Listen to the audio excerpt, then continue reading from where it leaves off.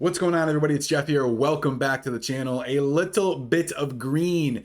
I can feel the nerves and the tension from everybody just kind of slowly simmering down and relaxing after so many red days. A lot of you guys getting kind of nervous.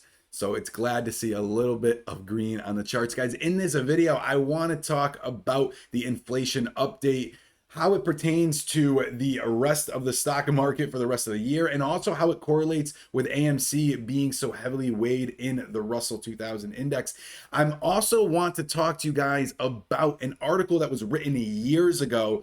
I came across a Reddit post. We'll briefly cover why I started doing the research, but it talks all about naked short selling and a huge lawsuit that was kind of battled up against years ago, what the kind of outcome of it was. And it brings naked short in a very, very blunt format. I'll also post it so you guys go take a look at it. But let's get into it, guys. First off, let's just take a look at the charts. As you can see up here at the top, guys, just a little bit of green on the day. It's starting to kind of trend back upwards as we're approaching power hour. I do want to jump over to the 4-hour chart just to give you guys a little bit better of an update. As you can see here, it is going to be nice to see a few green candles to confirm a reversal. All right, the RSI is still insanely oversold and the MACD hasn't really curled yet.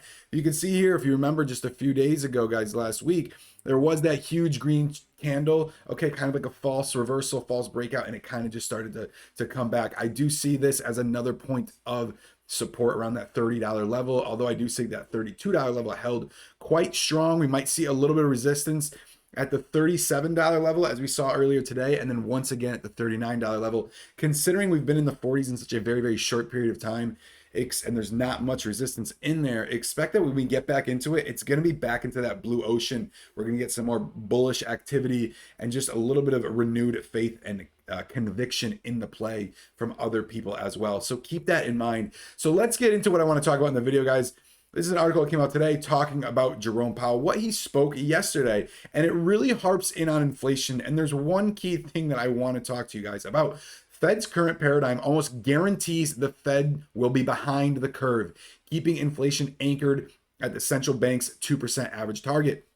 The central bank is continuing, I've talked about this numerous times, guys, continuing to buy $120 billion of bond purchases, including mortgage-backed securities, even when housing prices are insanely high. That should concern you guys in a way, because when the value of homes start to come back because it is just as inflated, that's not very good having these securities that could be potentially underwater at that time. And this individual, Pat Toomey, from Pennsylvania, it's exactly what she's saying here, okay? It also is another risk here. The inflation takes root. It might require more aggressive action by the Fed in the form of higher interest rates, derailing the very recovery the central bank aims to encourage, which means they are focused on the economy recovering. They do keep the market in their forefront as well, and they want to keep everything as tight in a bundle as they can. But the problem is as inflation starts to peak out, if lumber continues to go high, gas continues to go high,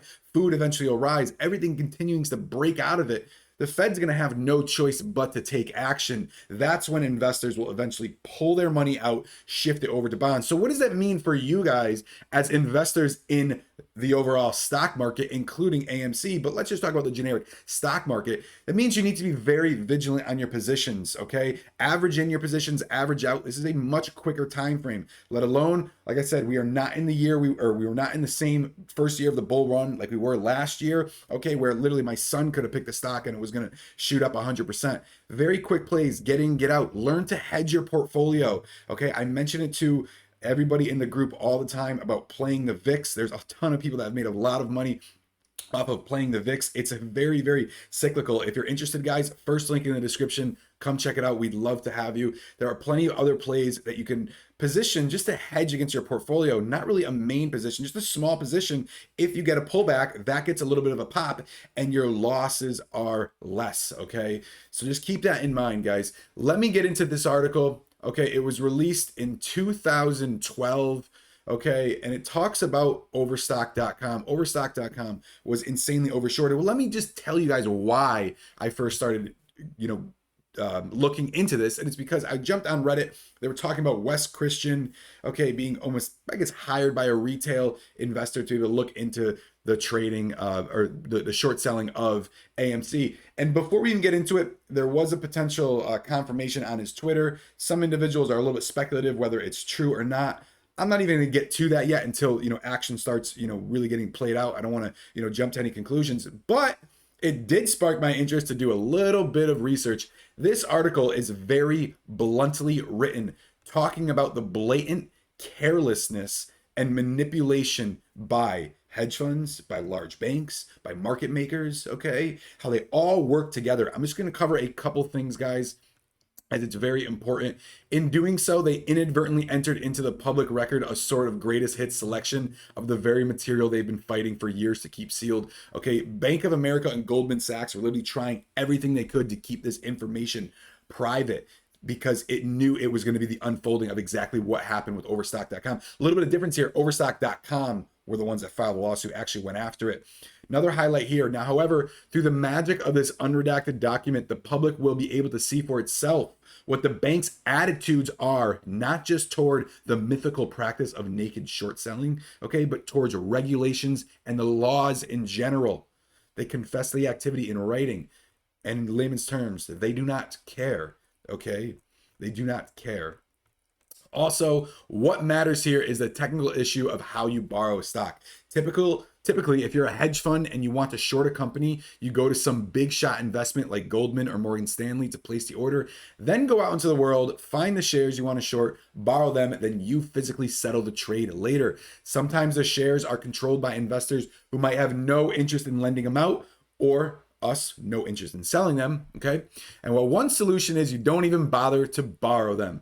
When the trade is done, you don't even bother to deliver them. You just do the trade anyway without physically locating a stock. That is, in a short sentence, the battle that we are up against. It's going to be able to prove that it's going on, because when you borrow it and it's done nakedly and then you cover it pretty much nakedly, you close it out, there's no paper trail of that potentially happening, guys.